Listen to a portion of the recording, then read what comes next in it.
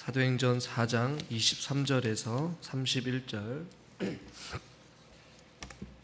우리 한 절씩 교독하겠습니다. 신약성경 193페이지에 있습니다. 4장 23절부터 31절까지입니다. 사도들이 노임에 그 동료에게 가서 제사장들과 장로들의 말을 다 알리니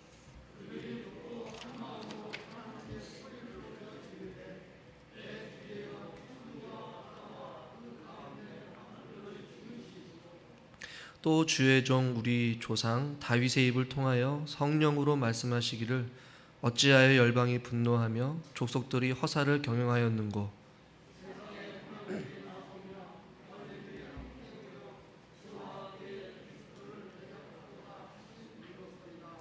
과연 헤롯과 본디오 빌라도는 이방인과 이스라엘 백성과 합세하여 하나님께서 기름 부으신 거룩한 종 예수를 거슬러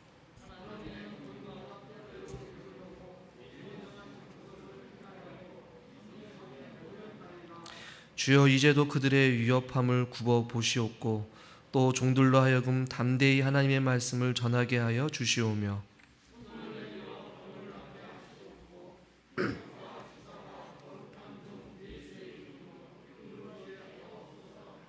같이 읽죠. 빌기를 다함에 우리가 다 성령이 충만하여 담대히 하나님의 말씀을 전하니라. 아멘. 수협에 나오신 여러분들을 환영하고 축복합니다. 사도들이 드디어 풀려났습니다. 계속해서 우리가 이 사도행전 4장 말씀을 살펴보고 있는데 어떠한 과정에서 그들이 풀려나게 되는지 여러분 잘 아실 거예요. 많은 사람들에게 설교를 했고 남에서부터 걷지 못한 자가 걷게 되고 또 그것을 통하여서 육성으로 그 많은 무리들에게 베드로와 요한은 설교를 하였습니다. 아마 오늘날과 같이 이런 마이크가 없었기 때문에 육성으로 설교를 하다 보면 굉장히 많이 진이 빠졌을 수도 있었을 거예요. 그러다가 그들이 전혀 생각지도 못했던 황당하고 또 억울한 그런 일들을 경험하게 되죠. 느닷없이 체포되고 낯선 환경에 구금을 당하게 됩니다. 그리고 그 다음날 산헤드린 법정이라는 그들이 당시 말했던 최고의 법정에 그들이 서게 된 것이죠. 그리고 두 번에 걸친 그들의 위협과 협박 끝에 드디어 풀려나게 되었다라는 것입니다. 이 상황들을 여러분 잘 생각해 보시면 이들의 몸과 마음의 상태가 여러분 어땠을 것 같습니까? 아마 죄를 짓지 않아도 억울하게 감옥에 갇히게 되면 긴장도 되고 낯선 곳에서 아주 편안하게 잠을 자지는 못하지 않았을까. 그리고 힘들고 지쳐있는 상황이었을 거예요. 이 육성으로 많은 사람들 앞에 소리를 내어서 설교를 할 때에 그 긴장감, 마음에 어떠한 진정이 필요했을 것이고 어떠한 쉼도 필요했을 것이에요. 영적으로 육체적으로 탈진하거나 지쳐있거나 어떠한 안식과 어떠한 충전의 시간이 필요한 이 상황 가운데에 베드로와 요한이 풀려나고 나서 무엇을 했을지 그들의 모습들을 한번 오늘 말씀을 통해서 살펴보려고 해요. 그들이 무엇을 하였느냐 23절에 말씀하고 있는데요. 우리 같이 한번 읽어보겠습니다. 사도들이 노임에 그 동료에게 가서 제사장들과 장로들의 말을 다 알리니 조금 가서 안식을 취하거나 그들의 협박으로부터 조금 피해서 안전한 곳으로 도피할 수도 있는데 우선 그들이 동료들에게 가서 동료들에게 가서 제사장들과 장로들의 말을 다 알렸다라고 말씀하고 있어요. 무슨 말이겠어요?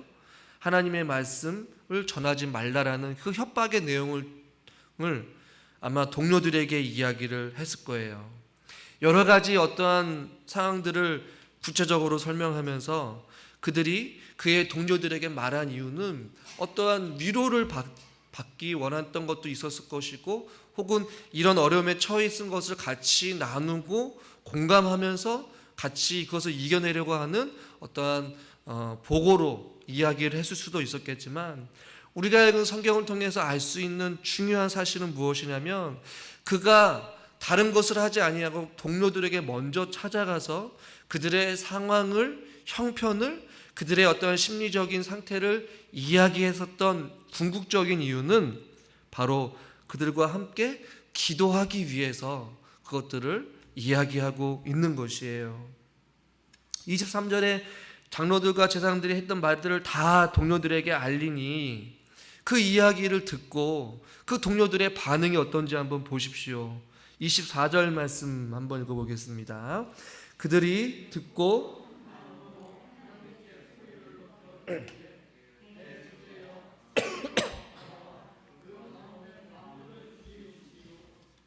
뭐라고 말씀하고 있습니까? 한 마음으로 하나님께 소리를 높여 이르되, 한 마음이 되어서 하나님 앞에 지금 기도하고 있는 것이에요. 그리고 그들이 기도할 때에 뭐라고 이야기를 하냐면 소리를 높여 이르되 그들이 하나님을 부르는 호칭을 보십시오. 대주제여라고 말씀하고 있어요. 이 대주제여라는 단어가 여러분 굉장히 생소하고 낯설을 거예요. 이 대주제여라는 것은 소유자, 절대 통치자, 나의 소유자여, 나의 주인이시여, 나의 유일하고도 절대적인 통치자시여 라고 이렇게 지금 이야기를 하면서 하나님 앞에 기도를 하고 있는 것이에요. 여러분, 당시에는 로마 황제가 절대적인 주권과 통치를 가지고 있었어요. 그리고 사내들인이 그들과 함께 해서 로마 황제의 소유와 함께 그들이 세계를 지배하고 있는 상황 가운데 많은 사람들이 로마 황제가 유일한 신이다 라고 할 정도로 신격화를 해서 살고 있었던 그 시대에 지금 협박을 당하고 두려워하고 무서워하고 몸과 마음이 지쳐 있을 수밖에 없었던 이 베드로와 요한, 그 소식을 들은 이 지금 동료들이 움츠려들거나 숨어 있거나 염려하거나 걱정하는 것이 아니에요. 베드로와 요한의 이야기를 듣자 그들은 당시의 절대자이고 모든 것을 통치하고 있는 로마 황제에게 붙였던 그 호칭이었던 대주제여, 그것을 지금 누구를 향하여서 부르고 있냐면 바로 하나님을 향하여서 우리의 유일한 통치자이신 하나님 아버지 앞에 이들이 한마음이 되어서 지금 기도를 하고 있다라는 것입니다.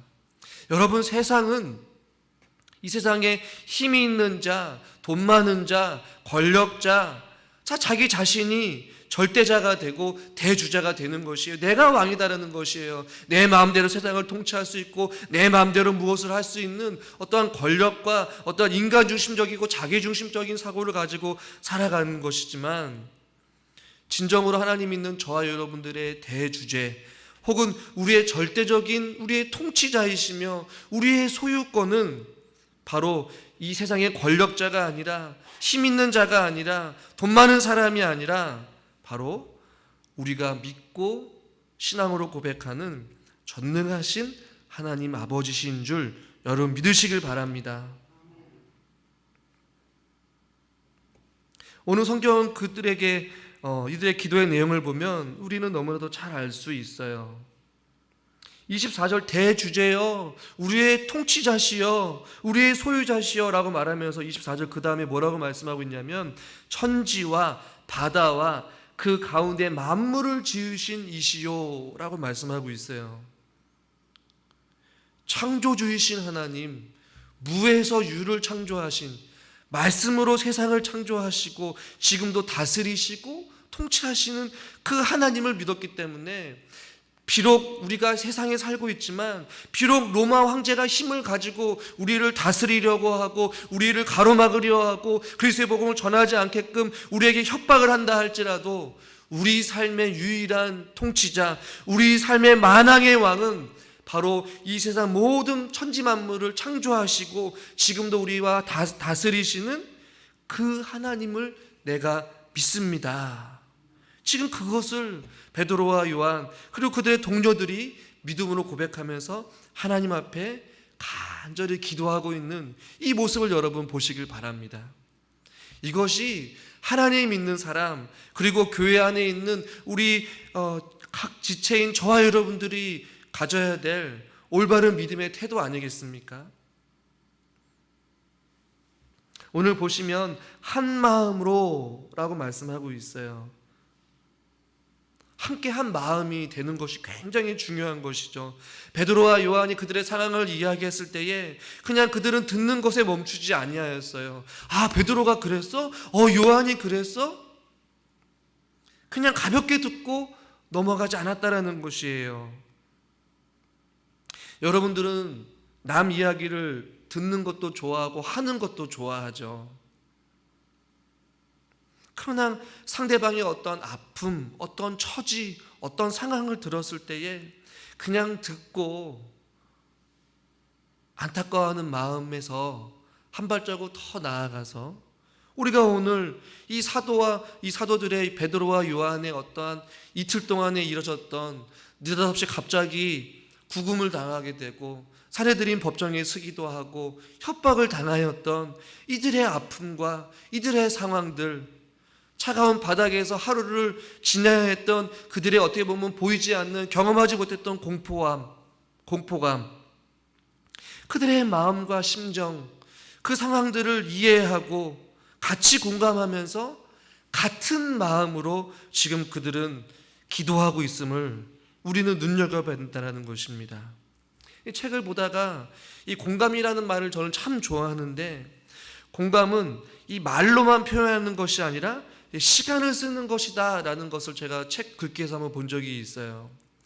굉장히 저에게도 좀 공감이 됐는데, 공감은 그냥 그 상대방이 어떤 상황과 어떤 이야기들을 그렇구나, 그러시군요, 힘드시겠군요, 마음이 아프시겠군요, 굉장히 그동안 얼마나 어려우셨겠습니까, 그냥 단순히 말만 하는 것이 아니라 상대방을 향하여서 시간을 쓰는 것, 시간을 기꺼이 내어드리는 것이라고 이야기를 해요.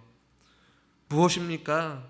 하나님 있는 저와 여러분들이 우리 안에 있는 지체들의 아픔과 상황들을 듣고 같이 나눌 때에 듣는 것에서 더 지나가서 우리가 시간을 들여서 그들을 향하여서 우리가 할 수 있는 것이 무엇이겠어요? 같이 한 마음으로 오늘 이 사도들의 동료들이 했던 것과 같이 한 마음으로 기도하는 것, 이것이 바로 교회 안에 저와 여러분들이 해야 될 믿음의 바른 태도인 줄 믿으시길 바랍니다. 저는 우리 교회가 기도하는 공동체, 그것도 한 마음으로 같이 공감하고 같이 아파하고 같이 나누면서 함께 기도하고 함께 믿음 생활하는 그런 아름다운 교회의 공동체로 세워질 수 있기를 바라요. 누군가가 힘들어하고 누군가가 아파하면 그 사람을 위하여서 시간을 내서 기도하는 것이죠. 여러분, 누군가를 위하여서 시간을 낸다는 것, 그리고 그 시간을 내서 기도한다는 것은 결코 쉬운 일은 아니에요. 그러나 그것이 어떻게 가능하느냐? 한 마음일 때, 여기서 말하는 한 마음은 누구의 마음이겠습니까? 하나님께서 우리에게 주신 마음, 예수님의 마음, 하나님 아버지의 마음 아니겠어요?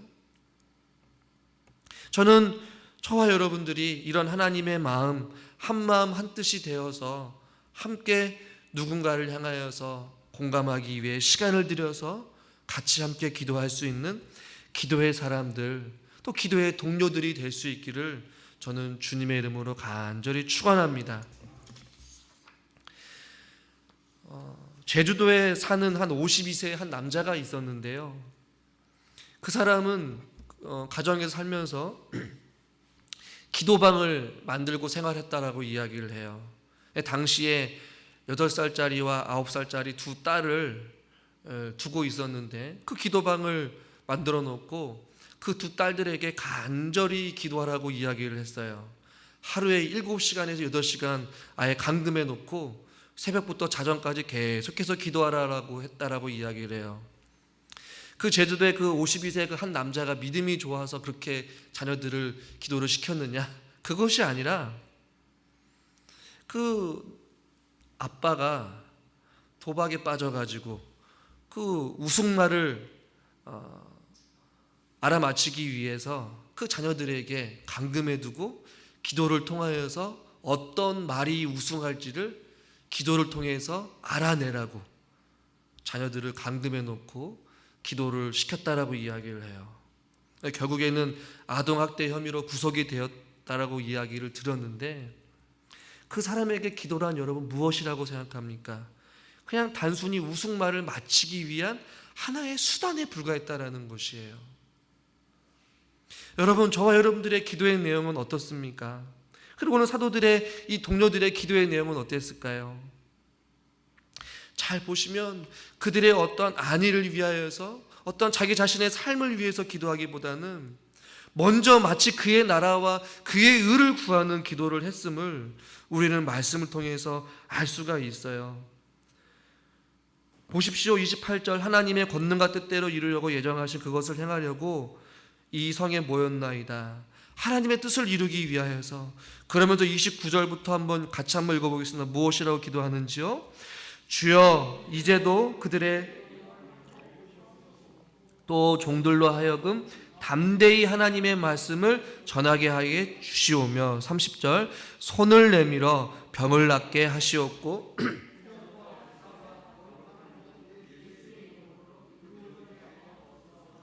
아멘. 여러분, 기도의 수준이 다르지 않습니까? 기도의 내용이 거룩하지 않습니까? 기도의 내용이 지극히 개인적인 기도가 아니에요. 자기 자신을 위한 기도가 아니라, 자기 자신의 어떤 욕심을 채우기 위한 기도가 아니라 주님의 뜻을 이루어가기 위하여서 그들의 위협함을 하나님께서 좀 굽어 살펴달라는 것이에요. 그리고 하나님의 말씀을 담대하게 전하여서 하나님의 뜻을 이루어가게 해주시고, 또 예수 그리스도의 이름으로 그 부활의 능력으로 병든 자를 고치고 표적과 기사가 나타나게 해서 예수 그리스도를 모르는 자들에게 예수 그리스도를 알게 하는 그 길을 지금 열어달라고 지금 그들은 그렇게 기도하고 있는 것이에요. 완전히 하나님 앞에 자기 자신을 의탁하고 개인적인 필요나 염원을 위해서 기도하는 것이 아니라 그들의 사명을 감당하기 위해서 복음의 길을 열어달라고, 구원의 길을 열어달라고, 굽어 살펴달라고 하나님의 자비와 긍휼을 구하면서 하나님의 의를 구하고 있는, 그의 나라를 위해 구하고 있는 이들의 기도의 내용이 얼마나 아름답습니까? 저와 여러분들은 하나님 앞에 기도할 때에 어떠한 기도의 내용으로 기도하고 계신가요? 물론 우리의 가정의 필요, 우리 개인의 상황들에 대해서 기도하는 건 나쁜 것 아니에요. 구체적으로 기도할수록 더 좋은 것이겠죠. 그러나 오늘 이 사도들과 동료들의 기도의 내용을 보면 모든 천지의 만물을 다스리시는 그 대주제여라고 하나님 앞에 부르면서 기도하는 그들의 내용은 주의 영광을 드러내며 주를 위해 주의 도우심을 구하고 있고 그의 나라와 그의 의를 위하여서 먼저 간구하고 있는 이들의 기도의 내용들이 저와 여러분들에게 도전이 될 수 있기를 바랍니다. 그리고 우리의 기도가 어린아이와 같은 기도에서 그 수준에서 머무는 것이 아니라 이제는 우리가 우리 자신과 우리 가정을 위해서 기도할 뿐만 아니라 우리의 기도의 지경을 조금 더 넓혀서 옆에 있는 또 믿지 않는 가족 구성원들, 또 믿지 않는 우리 성도님들의 또 다른 가족 구성원들을 위해서, 또 교회를 위하여서, 이 춘천 지역을 위하여서 하나님 나라와 그 뜻이 이 땅 가운데 이루어지기 위해 우리가 기도의 내용과 기도의 어떠한 지경이 조금 더 넓어지고 더 성숙되어지고 더 깊어질 수 있는 성숙한 기도의 사람들이 될 수 있기를 간절히 주님의 이름으로 소망합니다. 이 모습을 보면서 이렇게 이것이 진정한 교회 공동체 안에 아름다운 동역자들의 모습이구나. 우리의 한 해 동안 기도의 내용들을 곰곰이 되돌아보면 참으로 자기중심적이고 우리의 어떤 안위와 어떤 우리의 생활에 대한 밀접한 부분에서 기도를 했지만 과연 이 땅 가운데 코로나로 인하여서 예배를 드리지 못하는 이 상황 가운데 우리가 교회를 위하여서 주님의 영광이 가리우고 기독교가 지탄을 받고 있는 이 상황 가운데 우리가 얼마나 교회를 위하여서 또 이 나라와 이 민족을 위하여서 하나님 앞에 기도했는지 제 자신을 돌아보는 시간이었습니다.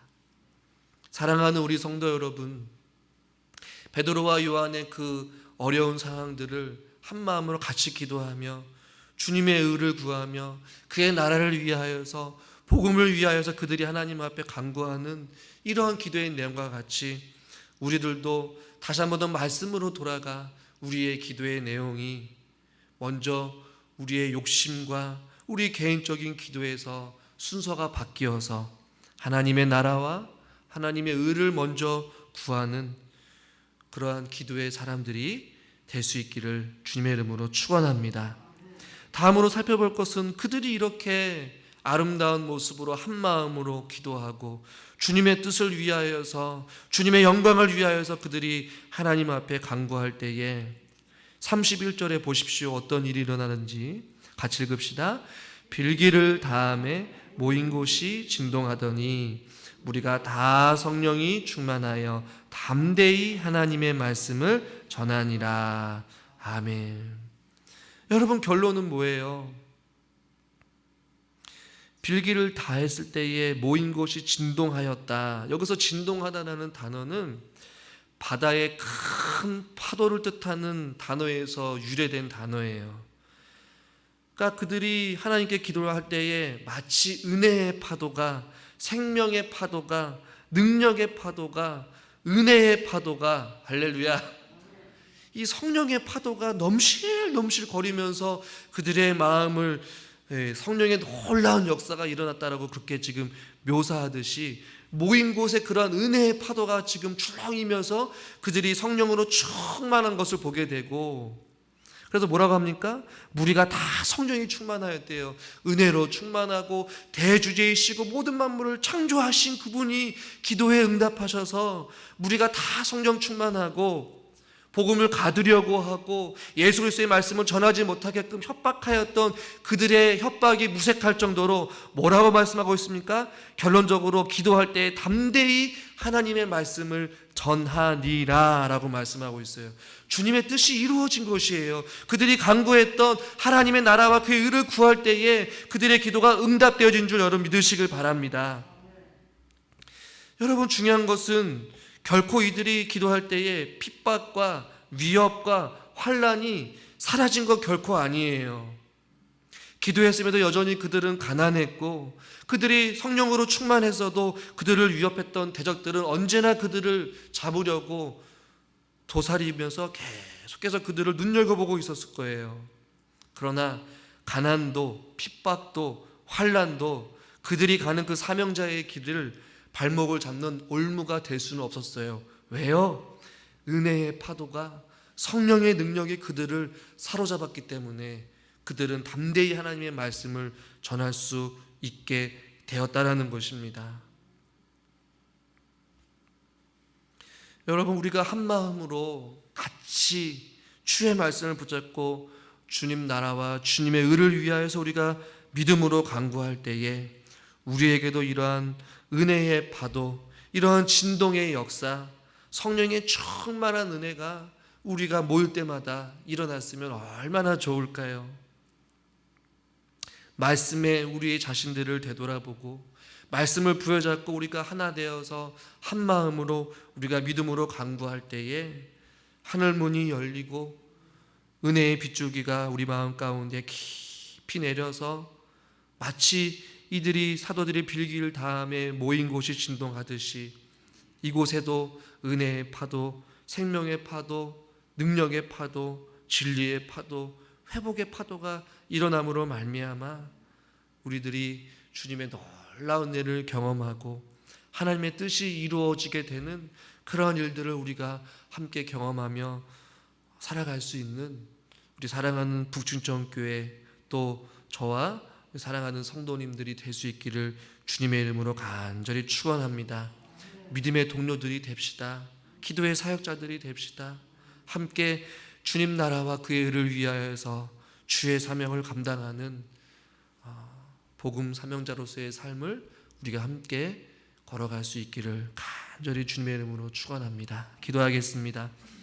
하나님 아버지, 베드로와 요한이 갑작스러운 구금과 또한 협박과 또한 어려움 속에서도 그들이 가장 먼저 찾아간 것은 믿음의 동역자들이었고 그들과 함께 현실을 나누며 같이 하나님 앞에 한 마음으로 기도할 때에 그들은 다른 것을 구한 것이 아니라 무엇보다도 하나님 나라와 하나님의 의를 구하며 주를 위해 복음이 전파되는 그 길을 열어달라고 간절히 부르짖을 때에 그 모인 곳이 하나님의 은혜로 말미암아 진동하였고 모인 모든 자들이 주의 성령으로 충만하여서 담대하게 하나님의 말씀을 선포하게 된 줄 믿습니다.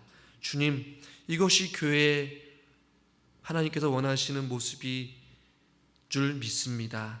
하나님, 우리들도 주님 안에서 한 마음이 되게 하여 주시옵소서. 듣는 것에 그치는 것이 아니라 서로가 함께 주의 말씀으로 무장하고 함께 모여 기도할 때에 우리를 통하여서 또 우리 교회를 통하여서 하나님의 뜻이 이 땅 가운데서도 이루어지기를 원합니다. 진동의 역사, 성령의 충만한 역사가 우리들 가운데도 있게 하여 주시옵소서. 그 은혜를 사모합니다. 우리 자신보다도 주님의 영광을 먼저 생각할 수 있는 믿음의 공동체가 되게 하여 주시옵소서. 그래도 주님 오실 그날까지 하나님의 뜻이 이 땅 가운데 이루어지기까지 우리가 날마다 깨어 있어서 기도할 수 있는 기도의 사람, 성령 충만한 사람들이 되게 하여 주시옵소서. 예수님의 이름으로 기도드리옵나이다. 아멘.